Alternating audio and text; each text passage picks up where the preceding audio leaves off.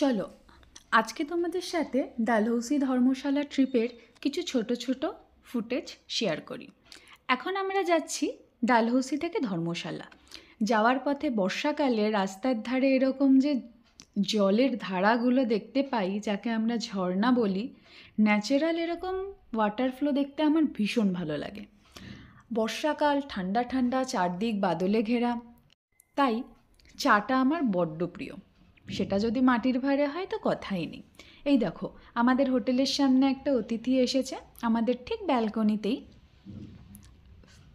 আর আমার ব্যালকনি থেকে জাস্ট চারিদিকের পাহাড় আর বাদল ঘেরা ওয়েদারটা দেখো, অসম্ভব সুন্দর। ঝিরিঝিরি বৃষ্টি, কখনো বৃষ্টি হচ্ছে, কখনো কমে যাচ্ছে। এই সৌন্দর্য না বলে বোঝানোর মতন নয়। যতক্ষণ না তুমি যাবে, ফিল করবে, ততক্ষণ বুঝতে পারবে না। সন্ধেবেলা আমরা বেরোলাম একটু মল রোডে। আমার হোটেল থেকে মল রোডটা একদম পাশেই ছিল।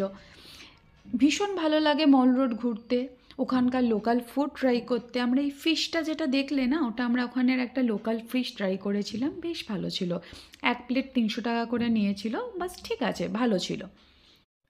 তোমরা যদি এরকম ছোট ছোট ট্রিপের আইটেনারি বা ডিটেলস জানতে চাও, অবশ্যই আমাকে কমেন্ট করে জানিও। কিন্তু আমি অবশ্যই পুরো ট্রিপ ডিটেলস, কিভাবে গেছি, সমস্ত কিছু শেয়ার করব।